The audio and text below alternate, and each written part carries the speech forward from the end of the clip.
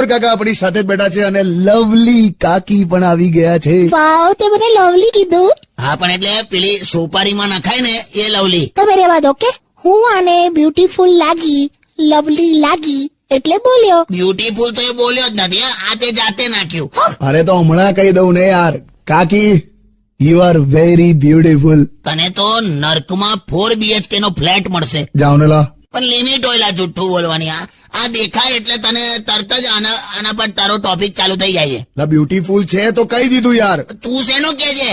મારા પંખાનું બિલ તું ના ભરીશ. જાઓ ને લા. અરે એક કામ કરો, શાંતિથી રિલેક્સ થઈને નિરાતે ટાઈમ લઈને કોઈ ઉતાવળ વગર. ચાલ હવે જલ્દી બોલ. હા, એટલે હું એવું કહું છું કે ધ્યાનથી તમે શાંતિથી મારા ચહેરાને જોશો ને તો તમે પણ કહેશો કે ના ના, આ છોકરી ખરેખર બ્યુટીફુલ દેખાય છે. શાંતિથી જોઉં છું ને તો ઉંદર પકડવાના પાંજરા જેવી દેખાય છે. હટ!